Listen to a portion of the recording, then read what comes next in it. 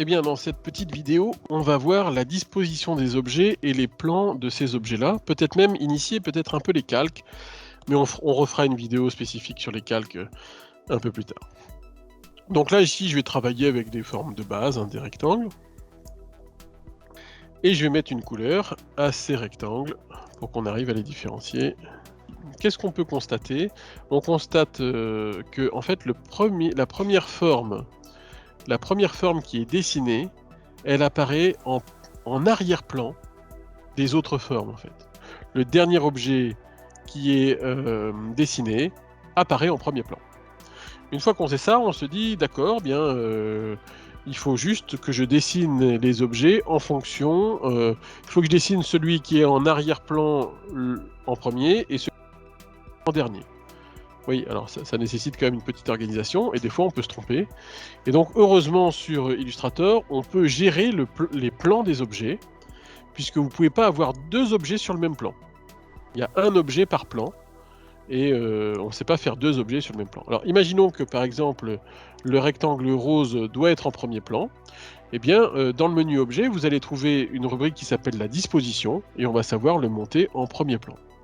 Alors, je vous le montre dans le menu parce que bon, tout est calé dans le menu sur Illustrator, mais je trouve que c'est plus pratique de le faire en clic droit, parce qu'en clic droit, vous allez aussi avoir la disposition et vous allez aussi pouvoir monter en premier plan. Alors, pour être tout à fait complet, avant de faire clic droit, il faut être en flèche noire, cliquer sur l'objet, clic droit, disposition et premier plan. Et donc, le cercle bleu qui était en premier plan, comme le rectangle rose lui a pris sa place, il est descendu d'un étage. Et c'est comme ça que l'on va pouvoir s'organiser sur Illustrator, mettre en arrière-plan, mettre en premier plan, mettre en avant, mettre en arrière. D'ailleurs, vous avez ça aussi sur PowerPoint, par exemple. Donc, quand on a énormément d'objets sur la page, alors on va utiliser, en plus des plans, une fonction qui s'appelle les calques. Et donc, je vais aller chercher dans le menu fenêtre la palette calque ici. Alors, par défaut, vous avez un calque. Calque 1.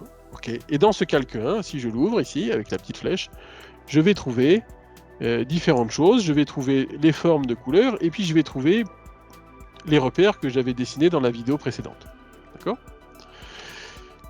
Je pourrais jouer avec les plans, simplement en prenant les formes ici dans la palette calque, et en les glissant comme ça.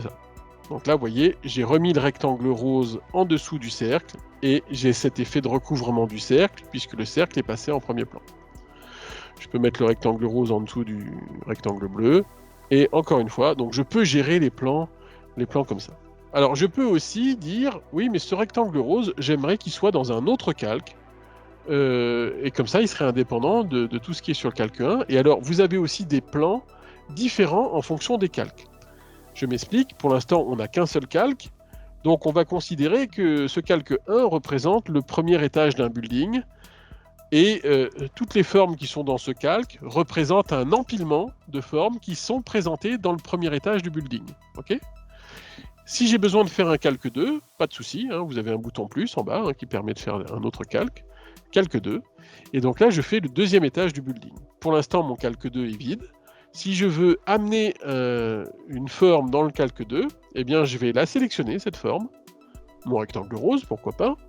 Vous voyez que quand elle est sélectionnée, ma palette calque s'allume avec un petit carré de couleur. On verra tout à l'heure que la couleur, en fait, elle identifie le calque. Mais le carré vous dit aussi qu'il y a une forme qui est sélectionnée. Eh bien, ce carré ici est repris en résumé de calque ici, en vous disant que vous avez des choses qui sont sélectionnées.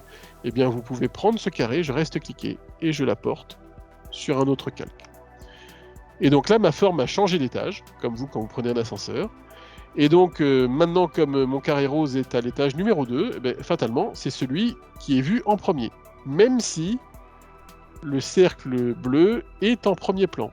Parce qu'en fait, il faudrait dire premier plan, oui, mais du calque 1. Donc le premier plan du calque 1, c'est toujours en dessous de l'arrière-plan du calque 2. Alors on verra qu'avec Illustrator, on peut aussi faire des duplications. J'aurais pu copier le rectangle rose pour le mettre aussi au calque 2. Et là, il y aurait eu deux occurrences, enfin un rectangle rose sur le calque 1 et un rectangle rose sur le calque 2. Mais là, j'ai simplement fait un déplacement. Je remontre comment on fait le déplacement ici. Hein. Je sélectionne en flèche noire l'objet. Il se sélectionne. Et ici, je prends la couleur qui identifie la sélection dans mon calque et je le descends où je veux. Et là, j'ai remis le rectangle rose sur le calque 1. Comment faire pour dupliquer directement avec la palette calque? Ben ça, vous savez déjà le faire. Quand on est en flèche noire, on duplique avec Alt, clic, glisser. Et donc du coup, si j'ai envie de dupliquer cette forme qui est sélectionnée pour la mettre sur calque 2, je prends mon petit carré, je reste appuyé sur Alt. Théoriquement, quand je clique, vous devriez voir que la souris qui s'est transformée en petite main, il y a aussi un petit plus qui indique que vous allez avoir une duplication, et je transporte ça sur mon calque 2. Comme il y a le petit plus, il ne va pas faire un déplacement, il va faire une duplication. Vous le voyez d'ailleurs sur le calque ici, on voit bien qu'on a un rectangle ici sur le calque 1, et si j'ouvre le calque 2, j'ai un deuxième rectangle. Donc là maintenant ils sont deux, j'ai dupliqué.